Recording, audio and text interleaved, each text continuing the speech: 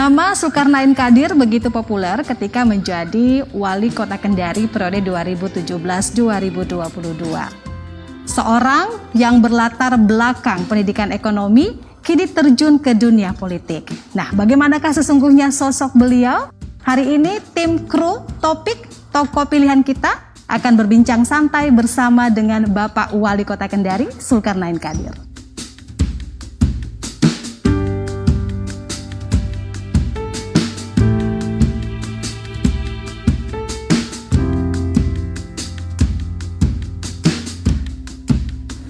Dan pemirsa, saat ini saya sudah bersama dengan Bapak Wali Kota Kendari, Bapak Zulkarnain Kadir. Kita akan berbincang lebih dekat kepada beliau untuk mengetahui bagaimana jejak rekam beliau mulai dari kecil hingga kemudian menjadi Wali Kota Kendari. Assalamualaikum warahmatullahi wabarakatuh, Pak Wali. Waalaikumsalam warahmatullahi wabarakatuh. Sibuk sekali Pak ya hari ini Pak ya? Ya, sudah tanggung jawab. Oke. Terima kasih Pak Wali sudah mengundang kami di sini, dan semoga juga Pak Wali dalam keadaan sehat-sehat selalu Pak ya di tengah pandemi COVID-19. Nah Pak Wali, sebelum kita bicara lebih jauh karir Pak Wali hingga kemudian menjadi Wali Kota Kendari, bisa nggak sih Pak diceritakan masa kecil Pak Wali dulu seperti apa sih Pak? Kalau bicara masa kecil ya sebagaimana pada umumnya kita ya ketika kecil. Saya kan lahir di Kendari, ya. Dulu kalau cerita orang tua lahirnya di Rumah Sakit Palang Merah. Oh, PMI Kendari, Pak ya? Ya, di PMI sana. Kemudian tinggalnya di Kota Lama, ya, depan Rumah Sakit Santa Ana. Di situ tinggalnya saya TK di situ di TK Bayangkari, ya, TK Bayangkari milik polisi. Makanya dulu kalau ditanya cita-citanya mau jadi apa, jadi polisi. Ternyata sekarang jadi wali kota gitu. Iya, Pak. Nah, kemudian pindah ke Saranani, ya. SD di situ, dulu namanya SD 3 Mandonga, ya, sekarang mungkin SD 38. Selesai tamat SD di situ, lanjut SMP 1 Kendari, kemudian SMA 1 Mandonga, dan melanjutkan ke Unhalu. Jadi saya ijazahnya sampai sekarang tuh sejak TK sampai magister itu Kendari semua ijazahnya. Belum pernah merasakan pendidikan di luar Kendari. Ya. Baik. Nah, dari perjalanan yang sudah Pak Wali ceritakan tadi di masa kecil, kenangan yang tidak pernah terlupakan ada nggak sih Pak? Banyak sih ya, artinya karena kan saya kecil itu ya sebagaimana anak lain kita banyak bermain dan seterusnya. Senang rasanya bisa tumbuh bersama orang tua yang betul-betul membimbing dengan hati gitu ya. Cuman memang sempat ada ujian ketika SD, Bapak kena sakit ya waktu itu. Kalau sekarang kita taunya TBC ya, kena TBC, dan itu cukup lama sakitnya Bapak sehingga Ibu harus berjuang sendirian ya, merawat Bapak dan kemudian juga sebagai tulang punggung keluarga. Ya banyak aktivitas yang dilakukan. Tahu kan saya, Bapak Ibu profesinya menjahit ya. Menjahit, dan kemudian Ibu juga punya keterampilan masak. Ya bikin kue juga ya, sehingga ya kita masa-masa kecil kita diisi dengan membantu Ibu buat kue, kadang-kadang disuruh nitip ke warung. Ya seperti itu masa kecil saya. Berarti Pak Wali pintar menjahit dong. Bisa menjahit. Bisa ya, jadi bisa. Jadi cuman saya ingat betul pesan ibu saya, mama saya, menyampaikan bahwa begitu saya bisa menjahit celana sendiri, baju sendiri, disuruh berhenti. Kenapa Pak Wali? Pesan mama saya waktu itu menyampaikan sekolah. Oh, harus sekolah. Ya, harus sekolah karena dia khawatir kalau saya udah bisa menjahit, udah nanti tahu dapat duit, dapat uang, tidak fokus lagi sekolah.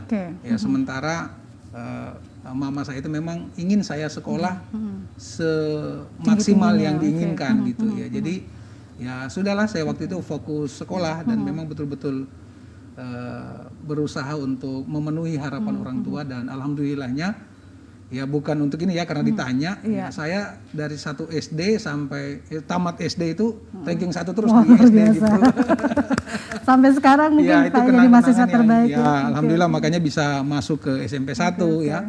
Masuk pun kelas unggulan. Ya, saya berbahagia kemarin bisa ke SMP 1 ya, untuk kemudian melihat situasi di situ, tempat alma mater saya dulu melaunching library kemarin kan, perpustakaan digital. Jadi bahagia sekali ketika melihat suasana di sekolah itu, dan karena di situ saya tempat dulu menimba ilmu. Oke. Nah, Pak Wali masih ingat nggak nama teman sekolah, nama guru? Masih. Kalau ketemu pasti masih ingat Pak Wali. Masih ada beberapa kepala sekolah saya, Pak Peter Dilo itu kepala sekolah saya di SD.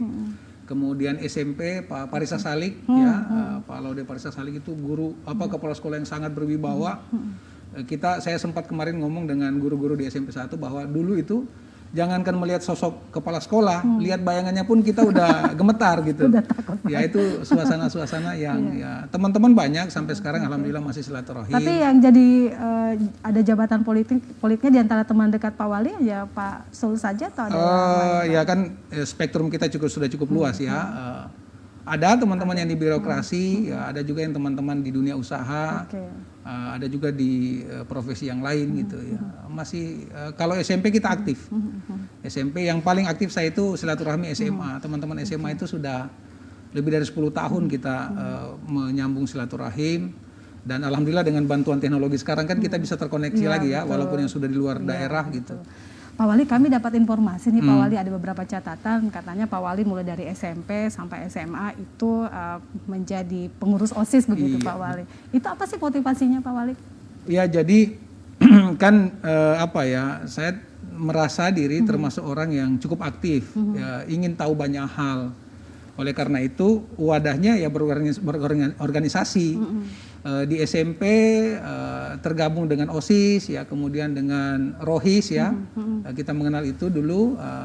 Jadi saya fokus di situ. Kemudian juga di SMP kelas 2 saya udah ikut training di Muhammadiyah, dilatih di sana, dibimbing bagaimana berorganisasi, karena kan menurut saya pengalaman di organisasi itu tidak bisa kita dapatkan di bangku sekolah. Betul. Iya, karena dengan berorganisasi kita dapat pengalaman berinteraksi, dapat pengalaman bagaimana bisa mendengar ide orang lain, tidak hanya menggagas ide kita, tapi juga bagaimana berkolaborasi dengan orang lain. Dan saya kira itu kita dapatkan di organisasi. Kenyamanan itulah yang kemudian menyebabkan saya tertarik untuk terus aktif berorganisasi, sehingga mencoba banyak gitu kan, di SMP di OSIS, di Rohis, kemudian di SMA kebetulan ditunjuk juga jadi ketua OSIS di SMA Mandonga waktu itu, sambil juga di Ikatan Remaja Muhammadiyah, kemudian remaja masjid juga ikut, beberapa organisasi kemudian kita jalani. Saya juga dapat data nih Pak Wali. Dulu Pak Wali kan punya latar belakang ekonomi,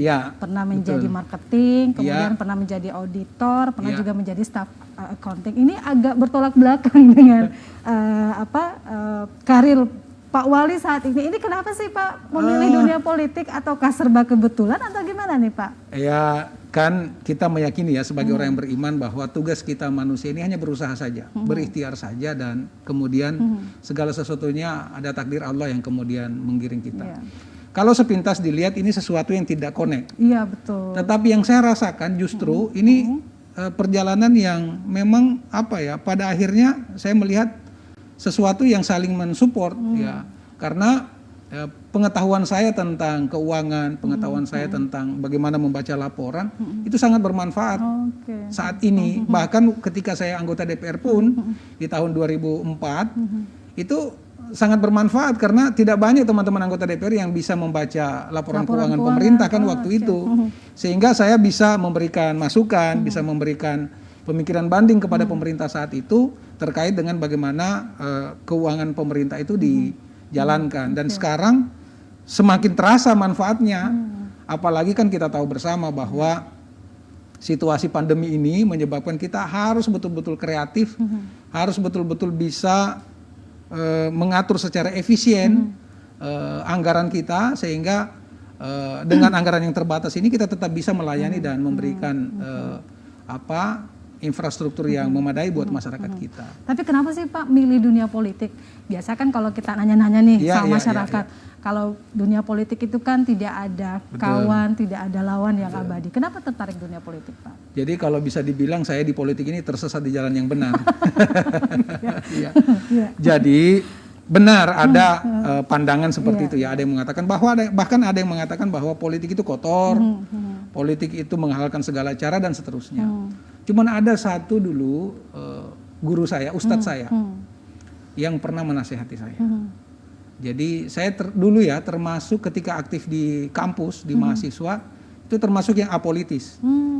Sama dengan mungkin tadi pandangan yang disampaikan oleh Rina bahwa ya kenapa sih harus masuk di politik? Iya, Ya, politik itu kan ya tidak baik gitu dan seterusnya. Nah, saya disadarkan dengan kalimat beliau mengatakan bahwa kalau semua orang yang punya idealisme, yang punya keinginan untuk berbuat baik, yang punya cita-cita mulia untuk negara ini berpikir seperti itu, dan semua meninggalkan politik, itu artinya kita membiarkan negara ini, daerah ini diurusi oleh orang-orang yang tidak seperti kita, betul. yang punya niat begitu. Memang beresiko, memang beresiko, penuh dengan tantangan. Tetapi saya akhirnya betul juga, kalau kita yang merasa punya sesuatu ingin disumbangkan untuk daerah ini, untuk negara ini, walaupun ini klise ya, dan kita semua berpikir bahwa tidak ada yang mau masuk ke dunia politik, ya siapa yang akan menjaga negara ini, siapa yang akan memastikan negara ini berjalan, daerah ini dikelola secara baik. Walaupun itu tidak mudah, memang berat. Setelah kita merasakan kan memang tidak mudah, berat. Nah itulah yang kemudian memotivasi saya, oh iya, mari kita mencoba untuk ketimbang kemudian kita protes di luar sistem, kemudian mengungkapkan ide-ide kita di luar sistem, ya kan kita tahu bahwa sistem negara kita ini demokrasi, dan proses demokrasi itu bertumpunya pada poros politik, iya kan? Semua pemimpin-pemimpin daerah, pemimpin negara kita ini dilahirkan dari proses politik, sehingga ya saya kira kita tidak bisa menghindar dari dunia politik ini. Kalau ada yang kurang tepat menurut kita, di sanalah tugas kita untuk memperbaiki. Tapi kalau anak-anak sendiri Pak pengen ngikut jejaknya Pak Wali atau mereka punya ya anak-anak saya kan masih kecil ya, ya yang putra itu yang laki-laki yang Abdullah Zubair itu sekarang SMP kelas 3, persiapan ujian ini untuk kemudian melanjutkan jenjang ke SMA. Yang perempuan Rosa Nafisa itu sekarang SD kelas 6, juga sedang persiapan ujian untuk masuk ke SMP. Jadi ya mereka masih fokus ya sebagaimana pesan ibu saya, mama saya, belajar ya dulu, saya suruh belajar aja sekolah, karena itulah yang jadi bekal mereka nantinya. Bahwa nanti mereka ingin memilih profesi apa, apakah nanti juga terjun di dunia politik atau kemudian memilih profesi tertentu, ya kita sebagai orang tua hanya mendampingi, memastikan bahwa mereka terpenuhi kebutuhan-kebutuhannya agar nanti bisa meraih cita-cita yang mereka. Gitu. Ini pertanyaan agak sensitif mungkin Pak Wali ya. Pernah nggak sih Pak Wali ada satu momen yang membuat Pak Wali menjadi galau, menjadi sedih, bahkan mungkin sempat meneteskan air mata? Tapi dijawab setelah ini Pak Wali ya. Kita break dulu sebentar dan pemirsa akan segera kembali.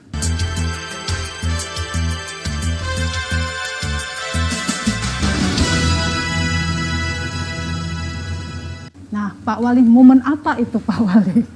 Sebenarnya ada beberapa momen ya. Ya kalau mungkin anak-anak sekarang bilang agak lebay gitu ya.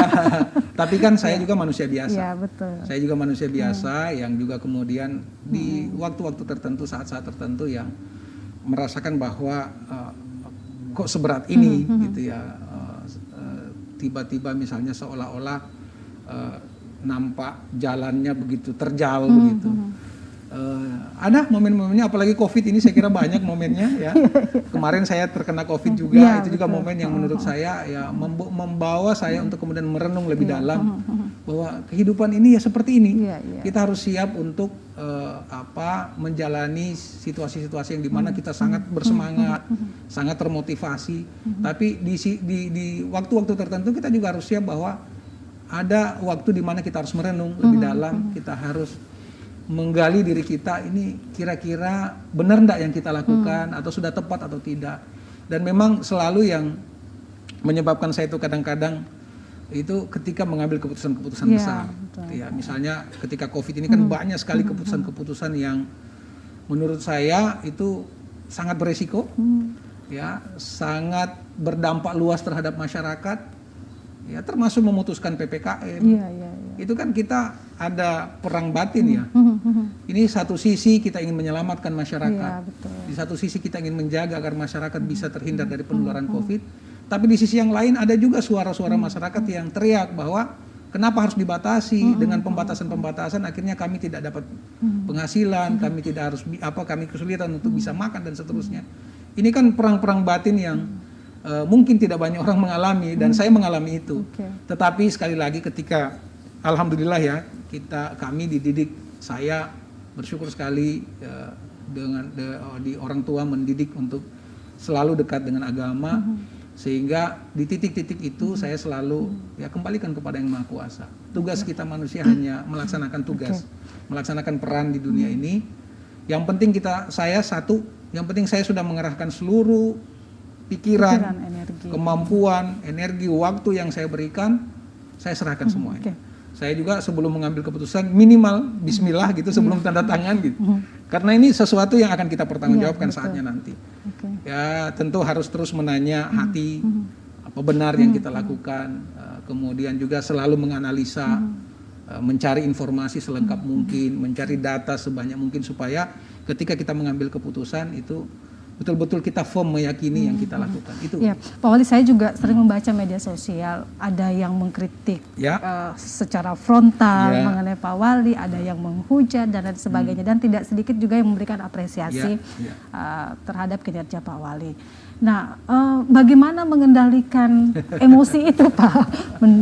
Hujatan, kritikan dari orang-orang yang mungkin tidak memahami sesungguhnya persoalan itu. Betul. Bagaimana, Pak? Ya memang kita ya mungkin ini klise sekali lagi klise, tapi saya menjalani itu dan memang harus berlapang dada. Kita tidak bisa sumbu pendek, ya kita tidak bisa tipis telinga kita, nggak boleh.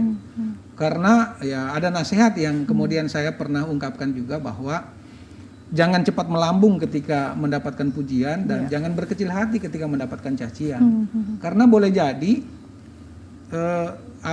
kritikan bahkan makian yang disampaikan ke kita itu sebenarnya bentuk cinta, bentuk rasa perhatian terhadap keinginan mereka agar Kota Kendari ini menjadi lebih baik, Kota Kendari ini dikelola secara maksimal, secara profesional, berintegritas.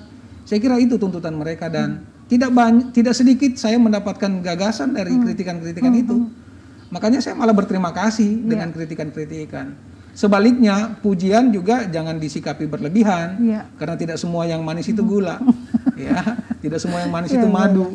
Betul, boleh jadi manis-manis tapi buat diabetes kan, nah itu kan repot. Jadi saya seperti itu. Jadi saya kembali ke, ya tentu saya lebih banyak mengembalikan kepada Yang Maha Kuasa, bahwa hidup memang akan selalu seperti itu. Kita up and down-nya pasti akan kita lewati. Dan tidak ada yang mudah, saya kira. Kita tahu decision maker ini kan Pak Wali Kota dalam setiap kebijakan. Kan otomatis kan Pak ada masukan dari kanan, kiri, muka, belakang. Nah, bagaimana kemudian memantapkan komitmen bahwa keputusan yang saya lakukan ini bismillah, sesuai dengan keinginan masyarakat?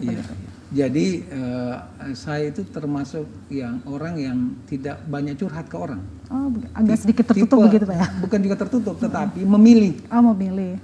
Jadi saya baru akan curhat kepada orang yang tepat, menurut saya. Menurut Pak Wali. Artinya begini, misalnya kalau saya menghadapi satu masalah yang ini terkait dengan tapi tempat curhatnya termasuk ke Ibu? Ya, kalau itu curhat utama gitu, tempat diskusi berbagi perasaan, dan saya sangat beruntung, merasa sangat bersyukur didampingi oleh Ibu Wali sekarang, Bu Sri Lestari, yang selama kami membina rumah tangga kurang lebih 18 tahun sekarang, menurut saya luar biasa gitu, karena saya betul-betul menemukan tempat berbagi rasa, berbagi pikiran, dan hampir banyak hal kami bersepakat. Artinya kalaupun ada yang berbeda itu hanya persoalan cara pandang, metodologi saja melihat satu persoalan. Tapi banyak hal yang kalau kemudian kami sudah, ini sudah bahwa ini keputusannya, itu kita jalani. Dan saya banyak gitu. Tapi seperti saya bilang tadi, makanya saya curhatnya itu kepada orang yang tepat menurut saya. Misalnya begini. Kalau masalah itu terkait dengan ilmu pemerintahan, saya cari orang yang punya pengalaman tentang pemerintahan. Baru saya ngobrol dengan yang bersangkutan untuk kemudian bisa menggali kira-kira seperti apa informasi atau kemudian pengetahuan yang saya butuhkan supaya saya nanti yakin untuk mengambil keputusan. Begitu juga kalau terkait dengan ekonomi, terkait dengan, jadi Ya kalau saya mau berprinsip begitu, jangan mengumbar curhat kemana-mana karena nanti malah kita mendapat advice pada orang yang tidak tepat. Ya karena misalnya ya, kalau sampai kita mendapat advice kan pasti kita juga akan terpengaruh kan dengan informasi-informasi itu. Makanya saya termasuk kalau baca sosial media itu waktunya saya pilih. Ya jadi saya biasanya baca sosial media itu ketika siap. Ketika mentalnya siap. Makanya saya takut kritikan mungkin Pak. Bukan takut, tapi saya tidak ingin meresponnya secara tidak proporsional. Jadi saya biasanya bacanya waktu subuh. Habis sholat subuh itu kan kita tenang gitu ya. Dalam kondisi fresh, dalam kondisi ya masih segar begitu sehingga menurut saya bisa lebih objektif gitu melihatnya. Ya tidak tiba-tiba baper, tidak tiba-tiba, apalagi kalau misalnya ada kritikan yang sangat tajam itu, saya berusaha mencerna apa nih yang bisa didapat poinnya.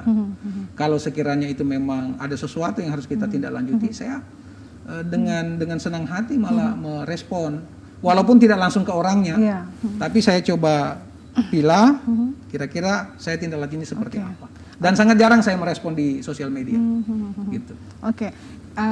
Pak Wali kan sudah memetakan di mana yang menjadi skala prioritas dan lain sebagainya.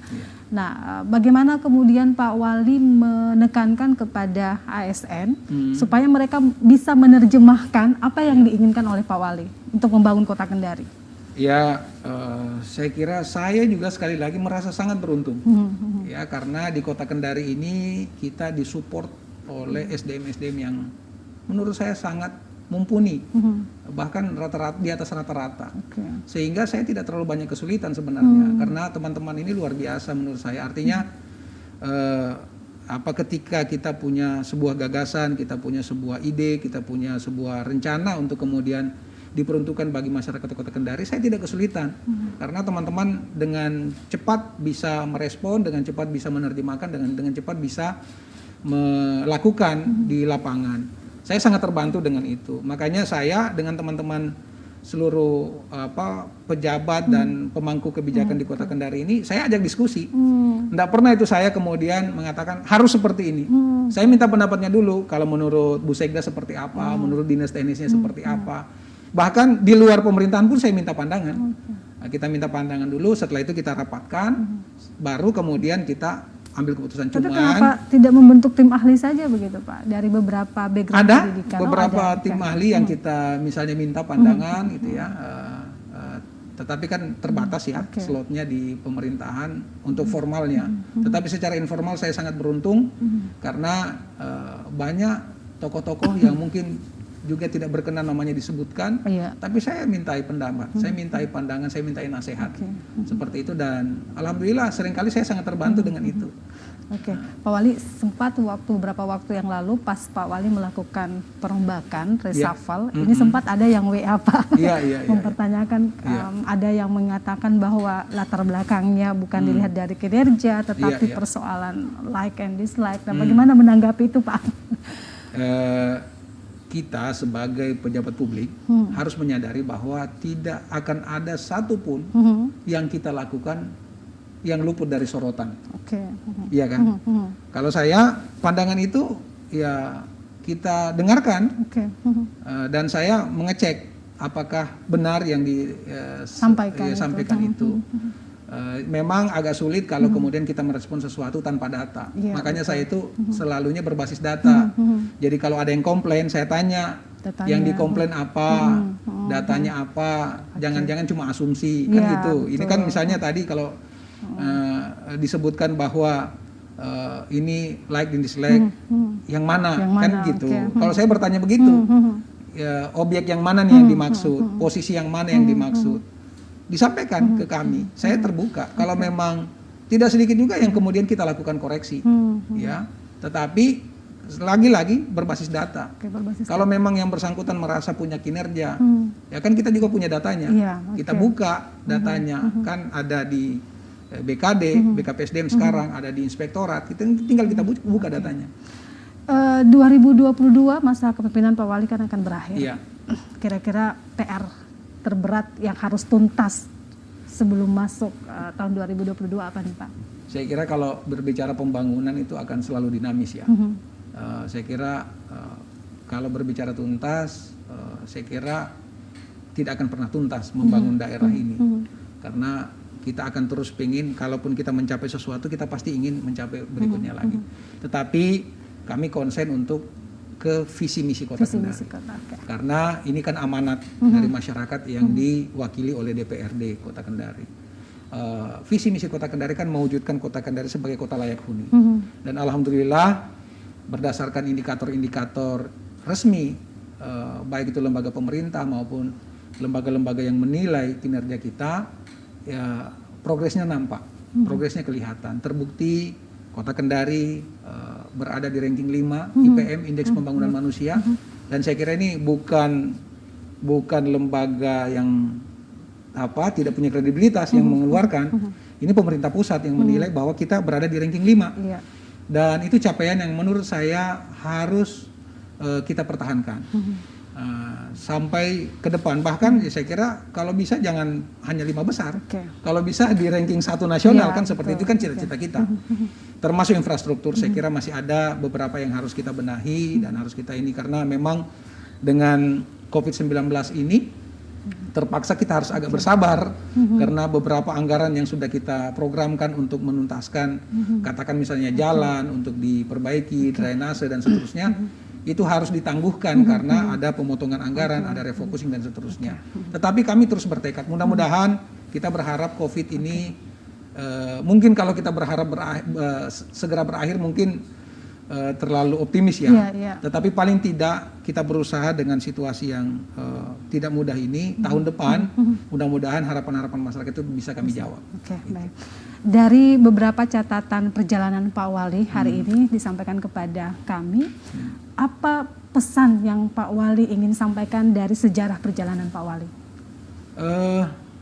Saya akhirnya beberapa kali merenung ya, bahwa ternyata memang tugas kita manusia itu hanya mempersiapkan diri, karena kita tidak tahu apa takdir yang Allah sediakan buat kita di hari esok. Karena kita tidak tahu takdir itu, maka tugas kita hanya mempersiapkan diri. Ketika kesempatannya datang, mudah-mudahan kita sudah dalam kondisi siap. Minimal sekali kita melakukan upaya untuk kompetensi yang dibutuhkan di waktu itu kita sudah lakukan dari sekarang. Makanya saya tidak ingin menghimbau kepada siapapun ya yang mungkin nanti mudah-mudahan ini ada manfaatnya. Jangan membatasi diri untuk baik itu dari sisi pengetahuan, keterampilan, skill dan seterusnya. Jangan batasi diri, apalagi yang masih muda-muda.